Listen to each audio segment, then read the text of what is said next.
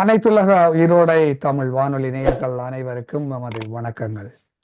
அனைத்துலக ஈரோடை தமிழ் வானொலி ஒலி ஒளி எழுத்து வடிவில் உங்கள் இல்லங்களின் முற்றங்களை வந்தடையும் ஒரு தேசிய ஊடகம். இது அரசியல் களம். இன்றைய அரசியல் களத்தில் எங்களுடன் மகாசேனன் விக்னேஸ்வரன் அவர்களை அழைத்து வந்திருக்கின்றோம். இவர் அரசியல் விஞ்ஞான துறையில் முதுமானி பட்டத்திற்காக கல்வி கற்றுக்கொண்டிருக்கின்றார். சர்வதேச அரசியலில் முதுமானி பட்டம் பெற்றவர். ஏற்கனவே பல நிகழ்ச்சிகளில் எங்களுடன் கலந்து கொண்டவர் மகாசேனன். தாயகத்திலிருந்து கலந்து கொள்ளும் மகாசேனனை அன்புடன் வரவேற்றுக் கொள்ளுகின்றோம். வணக்கம் மகாசேனன். வணக்கம். இன்று நாங்கள் அரசியல் களத்தில் பேச இருக்கின்ற விடயம் பிரிக்கப்படாத, பிரிக்க முடியாத, ஒன்றிணைந்த இலங்கைக்குள் நலன்களை தேடும் சக்திகள் என்ற தலையங்கத்தில் இன்று பேச இருக்கின்றோம். தாயகத்திலே நடைபெறுகின்ற விஷயங்களையும் ஆரம்ப காலங்களிலிருந்து, அதாவது ஆங்கிலேயர்கள் 1948 வெளியேற போது உருவாக்கப்பட்ட யாப்பு கான்ஸ்டிடியூஷன், அதிலே சோல்பெரி யாப்பு தான் ஆரம்பத்திலே இருந்து. அதற்கு முந்தைய டொனமூர் இருந்தது, நீங்கள் எல்லோரும் அறிவீர்கள். அதற்குள்ள அந்த விளக்கத்துக்கு நாங்கள் பெருசாக போகவில்லை. அந்த காலத்திலேயே தமிழர்களுடைய பிரதேசம் பிரிக்கப்படாது, பிரிக்க முடியாது என்ற ஒரு சிந்தனையில் தான் இப்போ இந்த யாப்புக்கள் எல்லாம் அன்றே உருவாக்கப்பட்டிருக்கின்றது. ஏனென்று சொன்னால் இந்த சக்திகளுடைய தங்களுடைய எதிர்கால நலன்கள் கருதி அப்பவே இது திட்டமிட்டு செய்யப்பட்டுள்ளதாகத்தான் நாம் பார்க்கின்றோம். இன்றைய நிலையில் ஏகேடி அவர்கள், அனுரகுமார திசநாயக்கா இன்று ஆட்சிக்கு வந்திருக்கின்றார். அவர் பல விடயங்களை சொல்லுகின்றார். தமிழர்களுக்கு தீர்வு என்று சொல்லுகின்றார். நாங்கள் ஒன்றாக வாழ்வோம் என்று சொல்கின்றார். ஒரு புதுவிதமான ஒரு அரசியலை ஒற்றுமை என்ற பெயரிலும் நாங்கள் இலங்கையர்கள் என்ற ஒரு பதத்தினூடாக நாங்கள் எல்லோரும் சந்தோஷமாக ஒற்றுமையாக வாழலாம், நாட்டை முன்னேற்றலாம் என்று சொல்கின்றார். உண்மையிலேயே இவர் சொல்வதற்கு பின்னால் யார் நிற்கின்றார்கள்?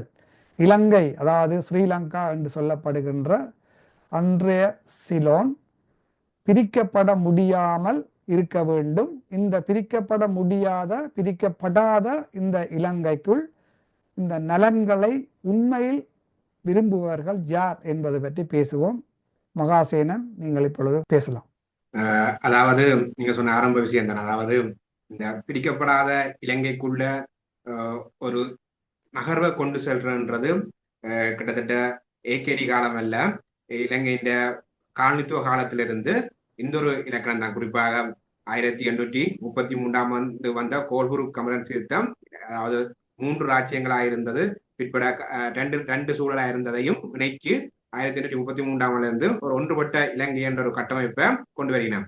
சோ இது பிற்பட ஒரு இலங்கையில இனங்கள் சார்ந்த ஒரு பிளவுகள் வந்தா பிறகு கூட இனங்கள் சார்ந்த ஒரு விடுதலை கோரிக்கைகள் அல்லது ஒரு தங்களுக்குரிய உரிமைகள் கூறப்பட்ட பின்னரும் கூட இது இறுக்கமான ஒரு ஆள்புல ரீதியாக பிரிக்கப்படாத ஒரு கட்டமைப்பாக பேணப்பட்டு வந்துள்ளது. இந்த ஆள்புல ரீதியாக பிரிக்கப்படாமல் பேணுவது என்பது ஒரு வகையில மறுதளமாக இனங்களுக்குடைய பிளவுகளை உருவாக்கும். இதுதான் அடிப்படையான விஷயம். நாங்கள் என்ன சொல்றது, வேற்றுமையில ஒற்றுமையும் ஒற்றுமையில வேற்றுமையை காண்ற ஒரு மரபுதான் இது. கிட்டத்தட்ட சமஷ்டி வேற்றுமையில ஒற்றுமையை காணும். இந்த பல்லின சமூக கட்டமைப்புக்குள்ள வேற்றுமைக்குள்ள ஒற்றுமையை கட்டுறது வேற்றுமைக்குள்ள ஒற்றுமையை கட்டமைக்கிறன்றது ஒரு வகையில பிளவை கொண்டு வரும் பல்லின சமூக கட்டமைப்புக்குள்ள. அதாவது இப்ப ஆழ்புலத்தை ஒன்றுபடுத்துறோம்னு சொல்லி கொண்டு என்ன நடக்குன்னு சொன்னால், இனங்களுக்குள்ள ஒரு பிளவை கொண்டு வரினா, இனங்களுக்குள்ள பிளவை தொடர்ச்சியா பேண யோசிக்கலாம். இனங்களுக்கு பிளவை தொடர்ச்சியா பேணுறதாலதான் என்ன செய்யலாம் என்று சொன்னால், இலங்கைக்குள்ள நலனப்பெற விரும்புகின்ற சர்வதேச பிராந்திய சக்திகளால தொடர்ச்சியாக இலங்கைக்குள்ள தங்களுடைய ஒரு ஆழமான பதிவை தொடர முடியும் என்ற ஒரு எண்ணப்பாங்கள். இதுதான் கடந்த காலங்கள்ல பிரித்தானியா இதுக்குள்ள இந்த பிரித்தாளும் தந்திரத்தின் ஆரம்ப நகர்வு அதை மையப்படுத்தி கொண்டுதான் அதைத்தான் இன்றைக்கு வரைக்கும் பிராந்திய சர்வதேச சக்திகள் தொடர்ச்சியா பேண முற்படுகின்றது. குறிப்பாக இந்த இலங்கையின் ஒற்றையாட்சி கட்டமைப்பை பேணுறதுன்ற விளைவு வந்து இனங்களுக்குடையில பிளவு.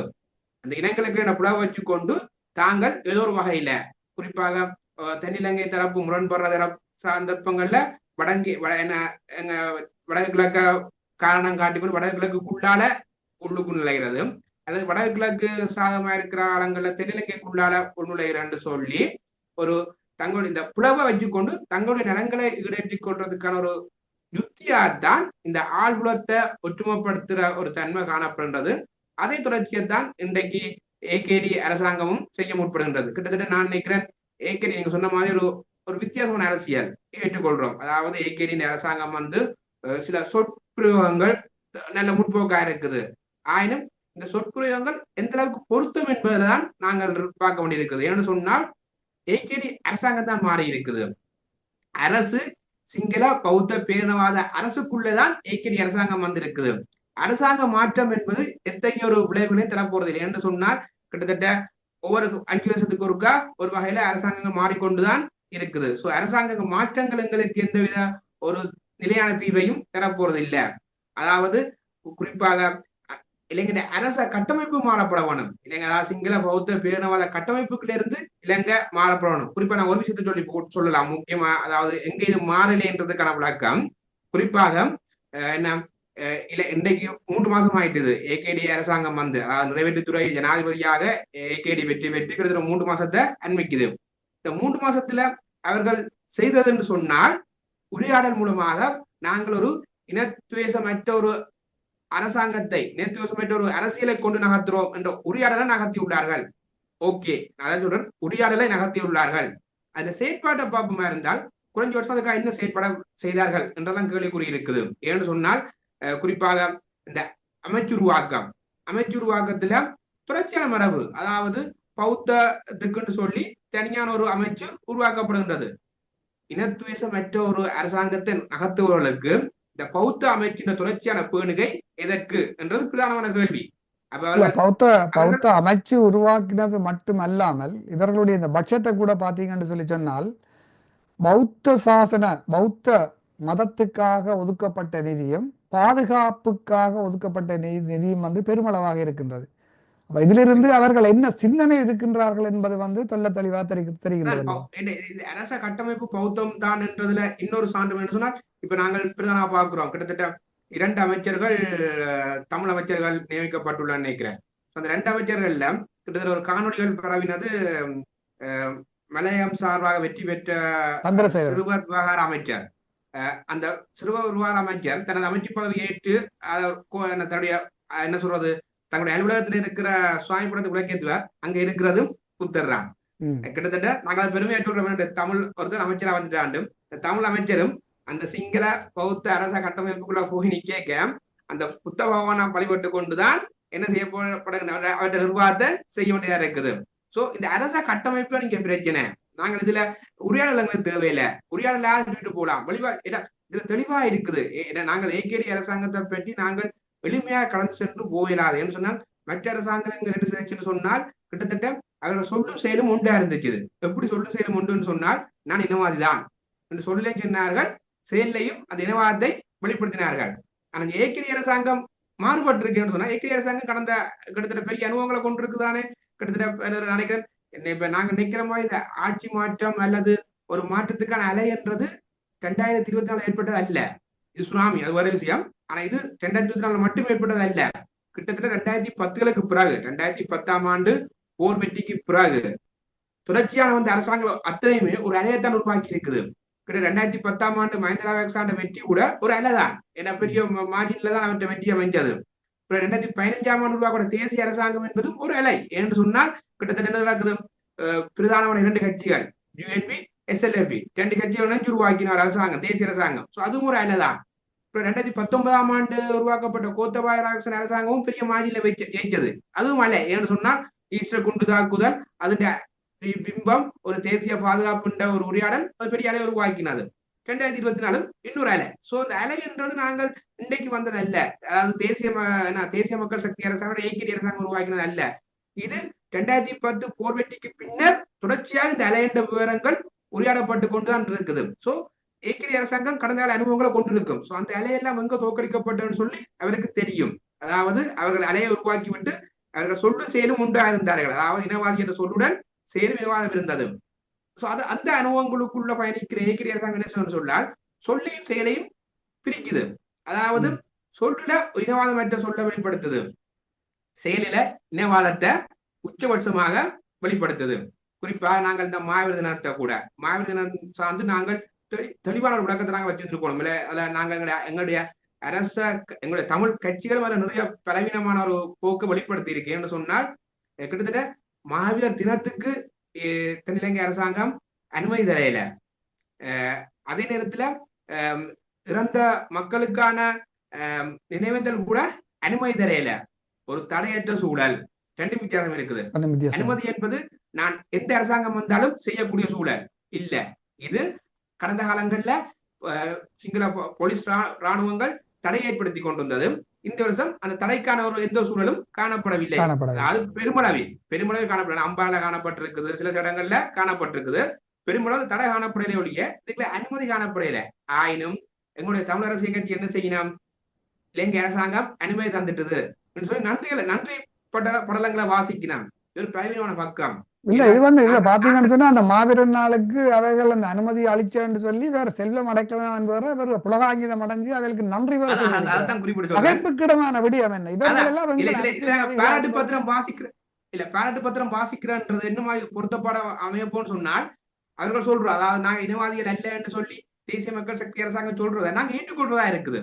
நாங்க ஏற்றுக்கொள்ள முடியாது. ஏன்னு சொன்னால் பாதுகாப்பு பிரதி அமைச்சர் இதை பற்றி இந்த தடையற்ற சூழலை பற்றி குறிப்பிடும் போது கூட அவர் என்ன சொல்றான்னு சொன்னால், நாங்கள் மாவீர தினத்துக்கு அனுமதி வழங்கப்படவில்லை. தெளிவா சொல்றார். நாங்க அனுமதி வழங்குறது இதே ஒரு நவம்பர் மாதம் தான் அவர்கள் 2 முறை தடை செய்ய இலங்கை அரசுக்குள்ள தடை செய்யப்பட்ட ஜேவிபிக்கு அவர்கள் நிவேதல் செய்கிறார்கள். ஆனால் இங்கு சொல்றாங்க மாவீரத்துக்கு தாங்க தொடர்ச்சியா தடைதான் இருக்குது.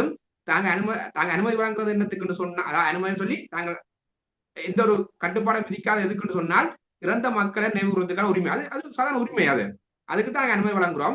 மாறாக மாவீரர்களுக்கு அவர்கள் நினைவேந்தல் செய்வார்கள் என்றால் அதுக்கு எதிராக நீதி சட்டம் தன் கடமையை செய்யும் என்றார். அப்ப அதை இன்னொன்று சொல்ற, அதாவது இதை தென்னிலங்கை வேறு விதமா பொருள் கோடுது. இந்த பொருள் கோடல் என்ற ஒரு சொல்றாரு என்றால் எதிர்காலங்கள் என்ன நடக்கலாம்? இதே ஜேவிபி அரசாங்கம் என்ன செய்யலாம், தங்களுக்கு ஏற்ற ஒரு பொருள்களை வச்சுக்கொண்டு மூல இதுக்கு தடையலுக்கான சூழல்களை உருவாக்கலாம். இதுதான் ரியல் ஃபேக்ட். சோ இதுக்கு நாங்கள் அவர்களை பாராட்டு பத்திரம் வாய்ச்சு அவர்களை இனவாதிகள் இல்லைன்னு சொல்லி ஒரு பிம்பத்தை காட்டுறது ஒரு பிள்ளையான பார்வைன்னு நினைக்கிறேன். ஏன்னா நாங்கள் அவர்களை நிராகரிக்க வேண்டாம். இப்ப ஆரம்பம் அரசாங்கம் நாங்க எந்த தொடர்ச்சியா எதிர்ப்பு செய்யறதுக்கு பொருத்தம் இல்லாத சூழலாம். சோ நாங்க நிராகரிக்க தேவையில்லை. ஆனால் அவர்கள் எங்களுக்கு அந்த செய்யாத ஒன்றை செய்தன்னு சொல்லி நாங்கள் அவர்களை பிம்பப்படுத்த தேவையில்லை. அவர்கள் மேல ஒரு போலியான ஒரு பிம்பத்தை கட்டமைத்த. ஏன்னா இயல்பாக ஜேவிபியா தான் செய்யுது. தேசிய மக்கள் சக்தி அரசாங்கம் ஒரு போலி பிம்பத்தை தான் உருவாகி கொண்டு வருது. அந்த பிம்பத்தை நாங்கள் ஏற்றுக்கொள்ள முடியாது. நாங்கள் இன்று வரை ஒடுக்கப்படும் தேசியமாக உரிமைக்காக போராட தேசியமா இருக்கிறோம்னு சொல்லிக்க நாங்க கொஞ்சம் விழிப்பா இருக்கணும். நாங்க வெளிப்படையாமல் இருக்கும் போது எங்கள் மீதான ஒடுக்குமுறை இன்னும் ஒரு நவ வடிவத்துல மேலதிகமாக எங்கள் மீது ஒடுக்குமுறை வந்துடும். சோ அந்த சூழலாம் இன்றைக்கு இருக்கிறதாக நான் பாக்குறேன். இதுக்கு என்ன நடக்குது இல்ல, இன்றைக்கு நீங்க சொன்ன அந்த ஆரம்பத்துக்கு வர என்னென்றால் நாங்க இளைஞர்கள் ஆகிறோம். இந்த என்ன சொல்றது, நாங்க பார்க்கணும் அந்த ஜேபி சார்ந்த ஒரு போலி மாயை, அதாவது ஒரு முற்போக்கான எண்ணம், அடுத்து வர இனவாதத்தை குறியாடையில அந்த எண்ணங்களுக்கு நாங்க என்ன செய்யறோம் என்றால், இன்றைக்கு தமிழ் இளைஞர்களுக்கு ஒரு எண்ணம் வருது என்று சொன்னால், ஏன் நாங்கள் இந்த தமிழ் தேசியம் அல்லது தமிழ் தேசிய தமிழ் பிரிவினவாதம் பார்க்கிற நினைப்பா வந்துட்டு தமிழ் தேசிய கோரிக்கையில ஒரு பிரிவினவாதம் பார்க்கிற எண்ணங்கள் வந்து, ஏன் நாங்கள் இந்த கோரிக்கை வைப்பான், நாங்க ஒன்றுபட்ட இலங்கைக்குள்ள வாழலாம் தானே, நாங்க இளைஞர்களா வாழலாம் தானே என்ற எண்ணம் இன்று இளைஞர்களிடம் வர தோன்றுகின்றது. இது ஆபத்தானது. ஏன்னு சொன்னால் கிட்டத்தட்ட 80ஆம் ஆண்டு போராட்டங்கள் 80-2003 போராட்டங்கள் என்பது சாதாரணமாக ஒருவர் விரும்பி செல்லவில்லை. அந்த ஆயுத போராட்டம் என்பது உயிரை நாங்கள் நீத்துக் கொள்றோம்ன்றது விரும்பி யாரும் சென்றது இல்லை. அது நிர்பந்திக்கப்பட்டது சூழல் நிர்பந்திக்கப்பட்டது. கிட்டத்தட்ட நாங்க இன்றைக்கு 2009ஆம் ஆண்டு நாம் நடைபெற்றது எனப்படுவோம் என்று சொல்லி நாங்கள் உரையாடுறோம். ஆனால் ஒரு உண்மை, கிட்டத்தட்ட 83ஆம் ஆண்டு ஏற்பட்ட அந்த இனக்கலவரத்தையே அன்று இந்தியா காங்கிரஸ்ல இந்தியாவோட அன்றைய பிரதமர் இந்திரா காந்தி அவர்கள் இலங்கையில ஒரு இனப்படுகொலை நடைபெறுகின்றது, 83ஆம் சம்பவத்தை ஒரு இனப்படுகொலை நடைபெறுவதாக சுட்டி காட்டி விட்டார்கள். நாங்க அப்பயே பிடிச்சிருக்கணும். இனப்படுகொலை விவகாரத்தை நாங்க அன்றைக்கு பிடிச்சிருக்கணும். நாங்க 30 வருஷத்துக்கு பிறகு நடந்த ஒரு 2009 வச்சுக்கொண்டுதான் நாங்க இனப்படுகொலை உரையாடுறோம். அன்றைக்கு எங்களுக்கு ஒரு அடியெடுத்த இனப்படுகொலை விவகாரம். சோ நாங்க அந்த இனப்படுகொலையாலதான் நாங்க என்ன செய்ய நாங்கள் ஒரு போருக்கு போக வேண்டிய சூழல் தள்ளப்பட்டாங்க. ஏன்னா கிட்டத்தட்ட ஜேவிபி சொல்ல இந்திரா காந்தி அம்மையார் வந்து அந்த 30 வருஷத்துக்கு முந்தைய சொன்ன இனப்படுகொலை ஈழத்திலே நடைபெறுகின்ற பொழுது அன்று இருந்த எமது அரசியல்வாதிகள் அதை சரியான முறையில் கையாளவில்லை என்பதுதான் உண்மை. அதுதான் உண்மை. கிட்டத்தட்ட 2024 ஆண்டு நவம்பர் 16 ஹிந்துக்கு வழங்கின ஒரு நேர்காணல்ல ஜேவிபி பொதுச் செயலாளர் ரில்வின் செல்வா ஒரு கருத்து சொல்றாருன்னு சொன்னால், அவர்கள் ஆயுத போராட்டத்தை பற்றி சொல்லும் போது அவர் சொல்றாருன்னு சொன்னால், தாங்கள் ஆயுதத்தை எடுத்ததுக்கு காரணம் இலங்கை அரசு இலங்கை அரசு செய்தது இந்த விளைவுதான். இலங்கை அரசு தங்களுக்கு எதிராக செய்தது விளைவாகத்தான் நாங்க ஆயுதம் எடுத்தாங்கன்னு சொல்லி ஒரு சிங்கள கட்சி, ஒரு சிங்களத்தை பெரும்பான்மையாக கொண்ட பேரினவாத எண்ணத்தை கொண்ட ஒரு தரப்பை என்ன சொல்றதுன்னு சொன்னால், தாங்கள் ஆயுதம் எடுத்தது வந்து சிங்கள அரச இயந்திரத்தின் செயற்பாட்டின் விளைவாகத்தான் சொல்லும் போதும், ஒரு தமிழ் அதாவது சிறுபான்மை தேசிய தமிழ் மக்கள் ஆயுதம் எடுக்கிறது ஏன் விரும்பி எடுக்க போயினோம்? தமிழ் மக்கள் ஆயுதம் எடுத்ததுக்கு காரணமும் அந்த சிங்கள பேரவாத அரசாங்கத்தின் ஒரு எதிர்விளைவாகத்தான். ஒரு நாங்களா ஆயுதம் எடுக்கல, அவர்கள் எதிர்விளைவாகத்தான் ஆயுதம் எடுத்த ரியாலிட்டியை எங்க 2 இளைஞர்கள் புரிஞ்சு கொள்ள வேண்டும். அதுக்கான ஒரு செயற்பாடுகளுக்கு தேவை இல்லையோ நாங்கள் நிச்சயமாக என்றால் இன்றைக்கு ஏகேடி அரசாங்கம் மட்டுமல்ல, எங்களை தொடர்ச்சியாக இலங்கைக்குள்ள தங்களுடைய நிலையை வச்சிருக்கொண்டிருக்கிற சர்வதேச பிராந்திய சக்திகளும் இலங்கையின் ஆழ்புலம் உண்டா இருக்கும்னு யோசிக்குது. அந்த ஆழ்புலம் உண்டா இருந்தா தான் தாங்க தொடர்ச்சி நிலைவரலாம், அதுல இங்க பொருளாதார நலன்களை பெற்றுக்கொள்ளலாம்னு யோசிக்குது. சோ எல்லாரும் இதை இலங்கை உண்டா வச்சிருக்கோம்னு யோசிக்கும் போது, ஏகேடி அரசாங்கம் அப்படி ஒரு பிம்பத்தை உருவாக்கும் போது ஒரு நேச்சுரலாக எங்கட இளைஞர்கள் அந்த வட்டத்துக்குள்ள அந்த நச்சு வட்டத்துக்குள்ள போயிட்டு அச்சம் இருக்குது. 2009ஆம் ஆண்டு இறுதிப் போரின் போது 20 நாடுகள் கொண்டு எமது தேசிய விடுதலை இயக்கத்தை வந்து ஆயுதத்தை மௌனிக்கிறதுக்காகவே அடித்தார்கள்.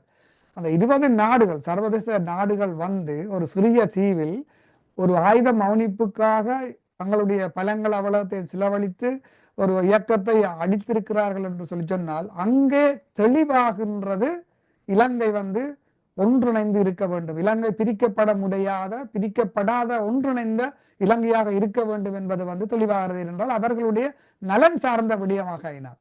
நிச்சயமா என்ன சொன்னால், நாங்க திருநாக்கரசர் அடிக்கடி சொல்லுவார், இலங்கையின் முக்கியத்துவம் என்னன்னு சொன்னால் இலங்கை தீவா இருக்கிறது. இலங்கை தீவா இருக்கிறதாலதான் இன்றைக்கும் இலங்கை வந்து இந்த புவிசார் அரசியல் ஒரு முக்கியமான ஒரு ரோல்ல இருக்குது. இதே இலங்கை 2 ஊராகமா இருந்தால் இலங்கை தீவு இல்லை. ஏன்னா 4 பக்கம் கடலா சூழப்பட்ட ஒரு நிலப்பகுதிதான் தீவு. இலங்கை 2 நாடாகமா இருந்தால் இலங்கை தீவு இல்லை என்று சொன்னால் 3 பக்கம் தான் கடலா சூழப்பட்டிருக்கும். அப்ப இலங்கை வந்து தீவு இல்லை. தீவா இருக்கும் போதுதான் அவர்கள் அதாவது இந்த புவிசார் அரசியல் முக்கியத்துவம் இருக்குது, இதுக்குள்ள நலன்கள் இருக்குது. சோ அந்த அடிப்படையில் இந்த தீவை பேன்றதுல தென்னிலங்கை மட்டும் இல்ல, இந்த தீவினூடாக நலனப்படுற அத்தனை தரப்புமே இந்த தீவா பேன்றதுலதான் இலக்கா இருப்பினம். அதன் விளைவுதான் 2009 நாங்க அவதிக்கக்கூடியதாக இருக்குது.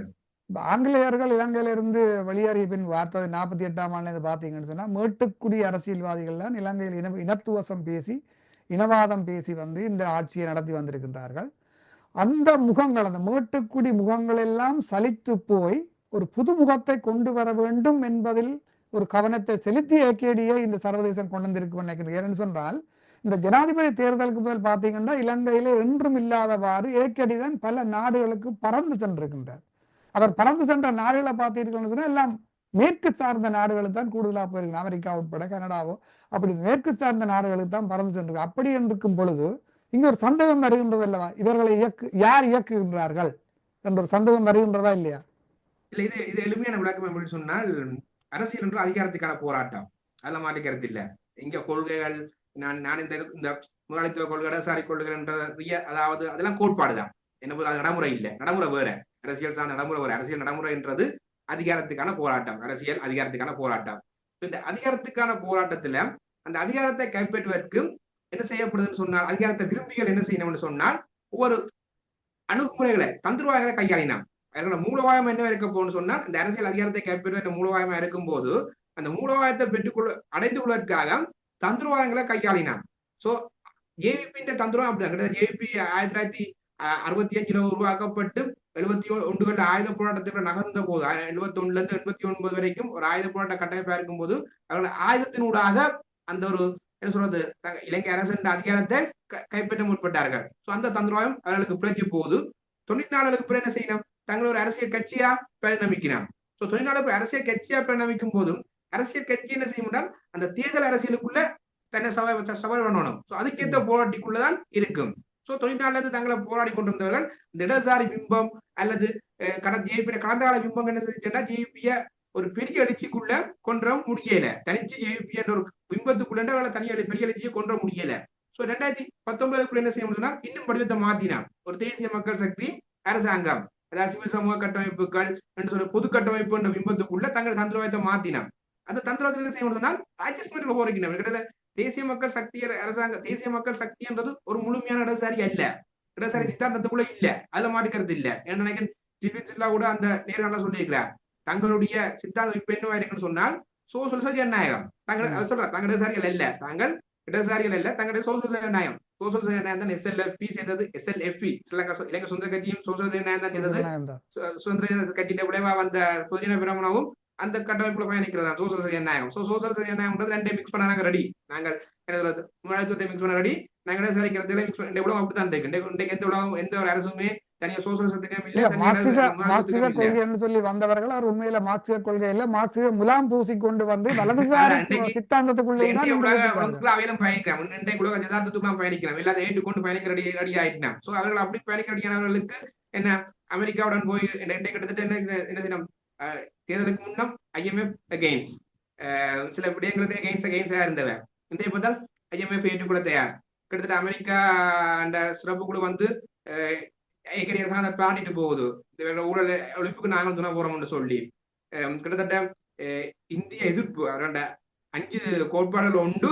இந்திய எதிர்ப்பு, அந்த இந்திய எதிர்ப்பை கைவிட்டு அவர் ஆட்சிக்கு வர முன்னமே இன்றைக்கு ஆட்சிக்கு வந்த அப்புறம் நாங்க வர 16ஆம் தேதி இந்தியாவுக்கு 2 நாள் வெய்யம், ஒரு நாள்ல 2 நாள் வெய்யமா வரார். அதுக்கு அப்பால கிட்டத்தட்ட ஆட்சிக்கு வர முன்னமே தேர்தலுக்கு முன்னமே கிட்டத்தட்ட ஒரு கிழமை வந்து நின்றுட்டு போனாக்கள். தேசிய மக்கள் சக்தியின் பிரதான இன்றைக்கு இருக்கிற வெளிவார அமைச்சர் அனுரகுமார் சின்ஹா உட்பட ஒரு டீம் ஒன்று இந்தியாண்ட அழைப்பின் பேர்ல, இந்தியாண்ட வெளிவார அமைச்சின் அழைப்பின் பேர்ல இந்தியா கிட்ட ஒரு மேல விசிட் பண்ணிட்டு போனவன்.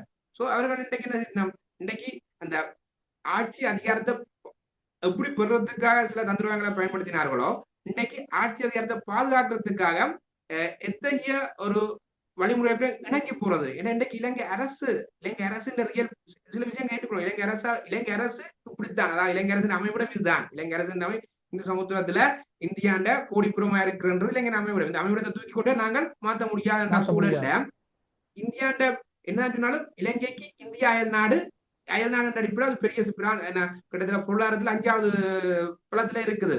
அதை விலக்கி கொண்டு நாங்க இருப்ப பாதுகாக்க முடியாது. சோ அதோட நாங்க நட்புறவை இலங்கை இந்திய நட்புறவு அதெல்லாம் மாற்றாங்க. மரபு ரீதியாக இலங்கை இந்தியா ஒரு நட்பு நாடு.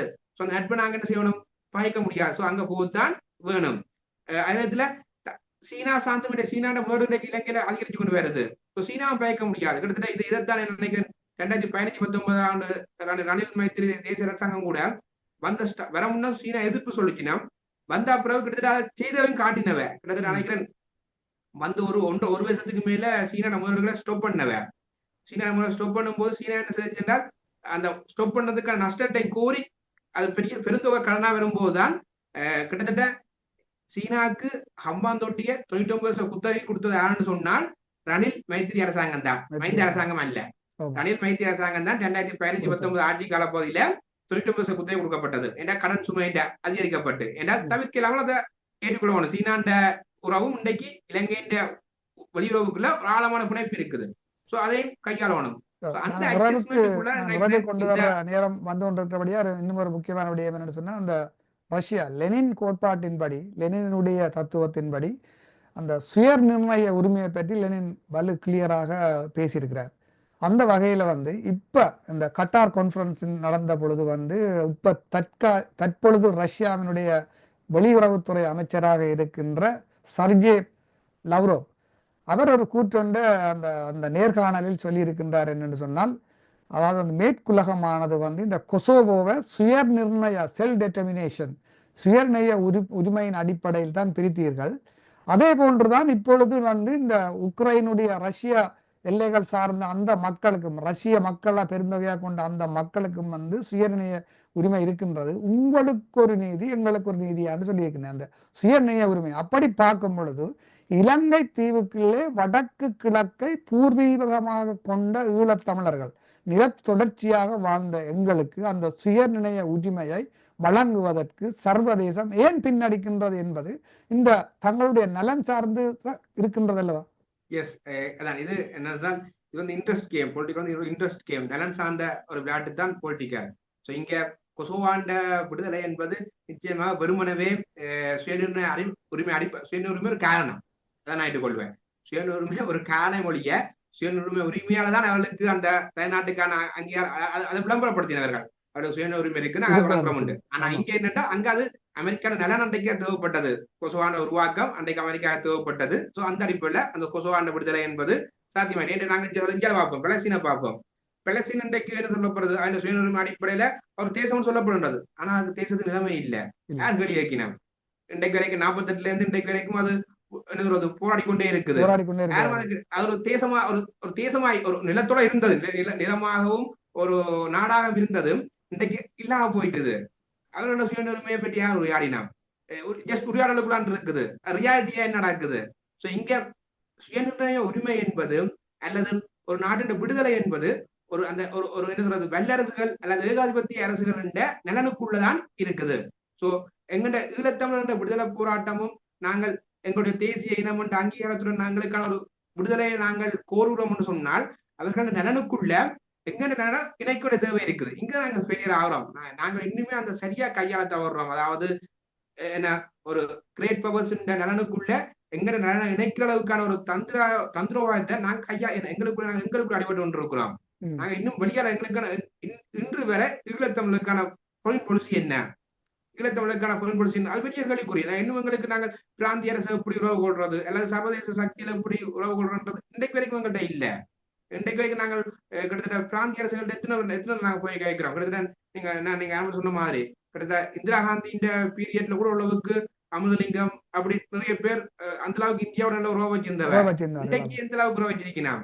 அப்படி ஒரு பெரிய பிளவனத்துல நாங்கள் இருக்கோம். சோ எங்கள்கிட்ட ஒரு பொருள் பாலிசி தேவை. நாங்கள் சுயநிர்ணய உரிமையின் அடிப்படையில் எங்களுக்கான விடுதலை வேணும்னு சொன்னால் எங்களுக்கான ஒரு பொருள் பாலிசி சரியா இருக்கணும். ஏன்னா நாங்கள் என்ன விடுதலை என்பது சர்வதேச அங்கீகாரத்துல வரும். சர்வதேச அங்கீகாரத்துக்கு கிரேட் பவர்ஸ் நலனுக்குள்ள நாங்கள் எங்க நலனை சேர்க்கணும். அந்த நலனுக்கு கண்டிப்பா எங்களுக்கு ஒரு வெளியுறவு கொள்கை சரியான கட்டமைப்பு தேவை. நிறைவு செய்வதற்கு முதல் இறுதியாக அதாவது இந்து மகாசமுத்திரத்தின் கேந்திர முக்கியத்துவம் வாய்ந்த இடத்தில் அமைந்திருக்கின்ற இலங்கையை பிரிபடாமல் இருந்து முழு இலங்கையிலேயே தங்களுடைய நலன்களை சார்ந்து இயங்குகின்ற சக்திகள் பல. அந்த சக்திகள் தொடர்ச்சியாக இலங்கையில் ஒன்றுபட்டுத்தான் இருக்க வேண்டும் என்பதிலே தங்களுடைய புலன்களை வடிவாக செலுத்தி கொண்டே இருப்பார்கள்.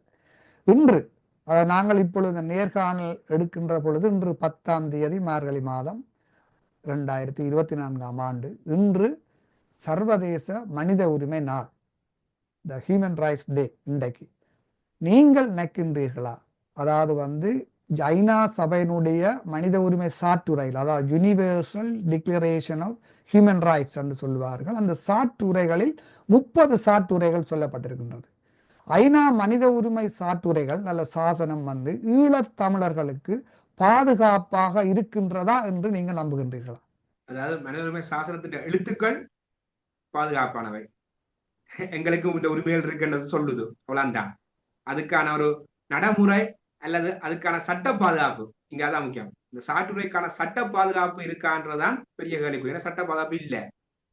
ஐநா கிட்டத்தட்ட நாங்கள் 2012ஆம் ஆண்டுல இருந்து 2012ஆம் ஆண்டு எங்களுக்கு எங்கண்ட உரையாடல் ஐநா மனித உரிமை பேரில் வர்றதுன்றதே எங்களுக்கு ஒரு பெரிய இது இருக்கு. அரசியலை சொல்லுதுன்னு சொன்னால் அது அரசியல். ஏன்னு சொன்னால் 2010ஆம் ஆண்டு ஐநாண்ட ஆணையாளர் இலங்கைக்கு விஜயம் செய்து அன்றைய அரசாங்கத்தை பாராட்டினவர். அதாவது ஒரு பெரிய நீண்ட ஒரு பயங்கர போராட்டத்தை நீங்க வெற்றி கொண்டுள்ளீர்கள் சொல்லி பாராட்டினவர். இந்த பாராட்டு பத்திரம் பாய்ச்ச ஐநா அரங்குதான் 2012ஆம் ஆண்டு இலங்கை அரசாங்கத்துக்கு எதிராக தீர்மானம் கொண்டு வருதுன்னு சொன்னால் அது நலன் கேம் தான். ஏன்னு நடந்ததுன்னு சொன்னால் கிட்டத்தட்ட அவர்கள் நினைச்சது 2010 சூழல் 2010 போர் வெற்றிக்காக இலங்கை அரசாங்கம் அனைத்து நாடுகளுக்கும் ஒரு சம ஒரு எண்ணத்தை கொடுத்து கொண்டு வந்தது.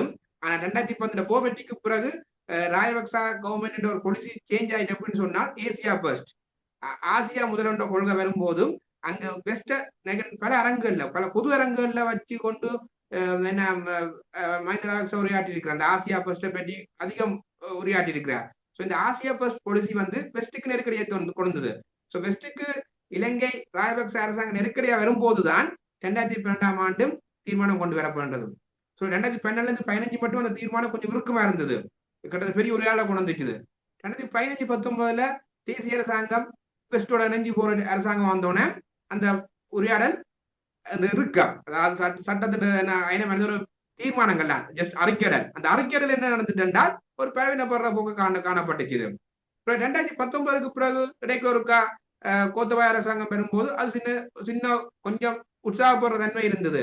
ஆனா அதுவும் எந்த அளவுக்கு என்ன ஜஸ்ட் இந்த அறிக்கையிடல்களுக்குள்ள இருக்கொழிய அறிக்கைகளுக்கு அப்பால இதுல சட்ட பாதுகாப்பு என்ன என்றது பலவீனமாக்கம். என்றால் இது சட்ட பாதுகாப்பு உள்ளதுன்னு சொன்னால் இன்றைக்கு ஸ்டேட் பிரச்சனைக்கு ஒரு தீர்வு வந்திருக்கணும், மேற்காசியா வந்து ஒரு அமைதி பூங்காவா இருந்திருக்கணும், 3 வருஷமாக ரஷ்யா உக்ரைன்ல போர் நடக்க வேண்டிய தேவை இல்ல. சோ அடுத்தது என்ன மியான்மர், மியான்மர்ல ஒரு ராணுவ ஆட்சி நடக்குது, ஆப்பிரிக்கால நிறைய ராணுவ ஆட்சி நடக்குது. இதுக்கெல்லாம் என்ன கிட்டத்தட்ட ஐநாடு உருவாக்கம் என்ன, ஐநாடு உருவாக்கத்துல தேவைப்பாடு என்ன, இன்னொரு போர் வந்துடக்கூடாது, இன்னொரு போரால எந்த ஒரு ஆபத்தும் வந்துடக்கூடாதுன்ற மையப்படுத்தி கொண்டு அங்க உருவாக்கப்படுது. கிட்டத்தட்ட அது எங்க அது சக்சஸ் கிட்டத்தட்ட இந்த ஐநாடு உருவாக்கம் சரிங்களா ஐரோப்பா பாதுகாத்திற்கோ இருக்கல. என்னன்னு சொன்னால் முதலாம் உலக போருண்ட பாதிப்பு ஐரோப்பா, 2ஆம் உலக போருண்ட பாதிப்பு ஐரோப்பா, கிட்டத்தட்ட ஐரோப்பாக்குள்ள ஒரு போரும் இல்லாமல் இருக்குது. சோ ஐநாடு உருவாக்கம் ஐரோப்பா பாதுகாத்திருக்குமே ஒழிய உலகத்தை பாதுகாக்கல, உலகத்துக்கான போரை தடுக்க முடியல. சோ இது ஒரு ஃபெயிலியர் தான். இது கிட்டத்தட்ட இந்த உரிமைகள் சற்றிய கோட்பாடுகள் சிறப்பானவை, அந்த கோட்பாடுகளுக்கான நடைமுறை அல்லது சட்ட பாதுகாப்பு என்பது பூஜ்ஜியம்.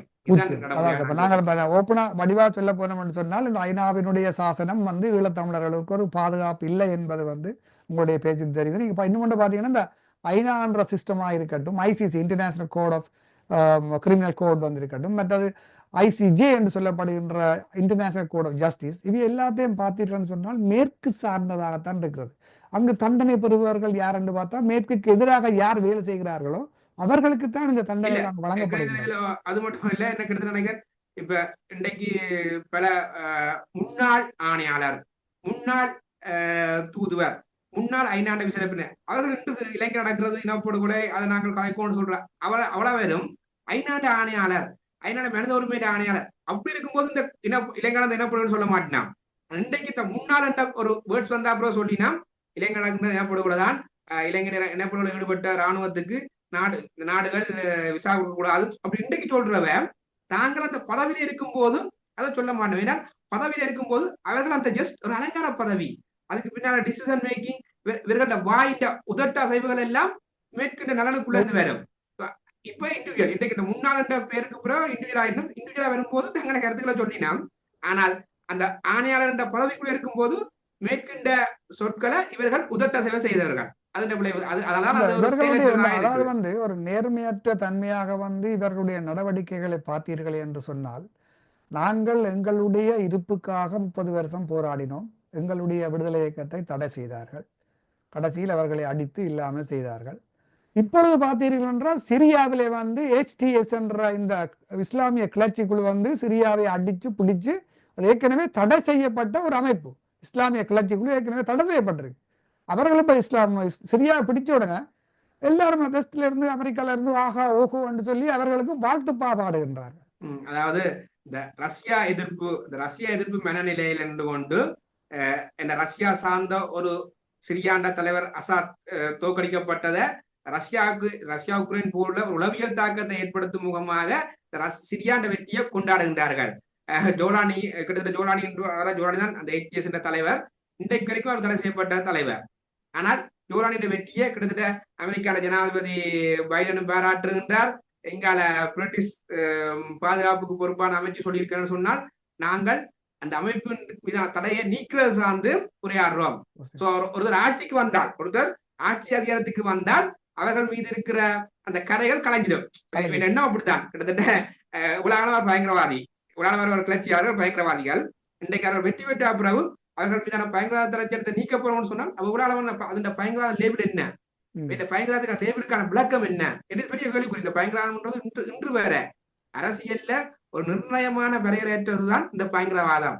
அதாவது மேற்குக்கு யார் எதிரியோ அவர்கள் பயங்கரவாதிகள், அதுதான் இன்றைக்கு லேபிள். அவர்கள் மேற்குக்கு சாதகமாக போகும்போதும் அவர்கள் நண்பர்கள். அது அல்கொய்தால இருந்து இன்றைக்கு ஏடிஎஸ் வரைக்கும் மேற்குக்கு சாதகமாக இருந்த நண்பர்கள், மேற்குக்கு எதிராக போகும்போதும் அவர்கள் பயங்கரவாதிகள். துணிந்து துணிந்து எங்களுக்கு மக்களுடைய நலன் சார்ந்த கருத்துக்களை நீங்கள் சொன்னீங்கன்னு சொன்னா நீங்க பயங்கரவாதி. அது நிச்சயமாக இதான் பயங்கரவாதி என்ற முத்திரையினூடாக உங்களை நசுக்கிறதான் இந்த உலகம். நன்றி மகாசேனன். நாங்கள் அநேகமாக எங்களுடைய நேரத்தை கடந்து உரையாடி விட்டோம் என்று நினைக்கின்றேன். ஒரு சிறப்பான ஒரு நேர்காணல் ஒன்று. இந்த இப்படியான நேர்காணல்கள் நமது மக்கள் மத்தியிலே போய் சேர வேண்டியது மிக முக்கியம். என்ன நடக்கின்றது, இலங்கையில் என்ன நடக்கின்றது, நமது தாயக பிரதேசத்துக்கு என்ன நடக்கின்றது என்பது மக்களுக்கு தெரிய வேண்டும். பலருக்கு இன்றும் இந்த ஏகேடி அரசாங்கத்தினுடைய பின்விளைவுகள் பல பேருக்கு இன்னும் விளங்கவில்லை. காலம் போக போகத்தான் இதனுடைய விளைவுகள் தெரியும். 3 மாதத்தில் கூட இன்று வரைக்கும் ஒரு நல்லெண்ணத்திற்காக கூட தமிழ் அந்த எங்களுடைய அரசியல் கைதிலே கூட விடுதலை செய்யவில்லை. அந்த வந்த வீட்டிலே சந்திரசேகர் சொல்லிட்டார் காணாமல் ஆக்கப்பட்டவர்களான என்ற கருத்தை கூட சொல்லி இருக்கின்றார்கள். இப்படி பல விடயங்களை அரசியல் சார்ந்து நாங்கள் கலந்து எதிர்காலங்களிலும் ஆய்வு செய்வோம். இன்றைய இந்த நேர்காணலில் நீங்கள் உங்கள் நேரத்தையும் ஒதுக்கி எங்களுக்காக இந்த நேர்காணலை தந்ததுக்கு உங்களுக்கு மிகவும் நன்றிகளை தெரிவித்துக் கொள்கின்றோம். நன்றி, வணக்கம். நிச்சயமா. ஏனென்றால் இதுல ஒரு விஷயம் சொல்லிட்டு நன்றி சொல்றேன் என்று சொன்னால், இப்ப நீங்க சொன்ன விஷயம் தான், அதாவது எங்களுடைய இளைஞர்கள் சில புரிதலை போடணும். என்று சொன்னால், இப்ப எங்களுடைய தென்னாசியாண்ட ஒரு பிரபலமான அரசியல் மூத்த ராஜதந்திரியான சாணக்கியர் இந்த எப்படி சொல்றாரு சொன்னால், அதாவது நாங்கள் எங்களுடைய அனுபவத்திலிருந்து தான் நாங்கள் ஒன்றை கற்றுக்கொள்ள போறோம் என்று சொன்னால் எங்களுக்கான ஆயுட்காலம் போதாது. சோ நாங்கள் எங்களோட முன்னைய அனுபவங்களை கொண்டுதான், எங்களோட முன்னோர்களுடைய அனுபவங்கள், கடந்த கால விடயங்களை கொண்டுதான் இத்தகைய நடைமுறையை நாங்கள் கொண்டு செல்ல தேவை இருக்குது. சோ ஜேவிபி சார்ந்தும் வெறுமனவே ஜேவிபியின் இன்றைய உரையாடல்கள், வெறுமனே ஜேவிபியின் இன்றைய பொய்யான வாக்குறுதிகளுக்கு அப்பால கடந்த காலங்களை நுணுக்கமாக பார்க்கணும். கடந்த காலங்கள் நுணுக்கமாக ஜேபி மட்டும் இல்ல, கடந்த கால இளைஞர் அரசியலையும் நுணுக்கமாக பார்க்கக்கூடாதான் நாங்கள் எங்களுடைய எதிர்கால இருப்பை பாதுகாக்க முடியும் என்று சொல்லிக்கொண்டு, அதை எல்லாரும் கடந்த தொடர்ச்சியாக நான் கதைக்கிறேன் என்பதற்கு அப்பால இன்னும் நுணுக்கமான தேடல்களை எங்களுடைய இளைஞர்கள் கிட்டத்தட்ட இன்றைக்கு டெக்னாலஜி வளர்ந்துட்டு அடுத்த ஒரு நிமிஷத்துல தேடி பார்க்கலாம். சோ நுணுக்கமான தேடல்களை மேற்கொள்ளும் என்று சொல்லிதான் கூறிக்கொள்கின்றேன். நன்றி. நன்றி, வணக்கம் வாசேனன்.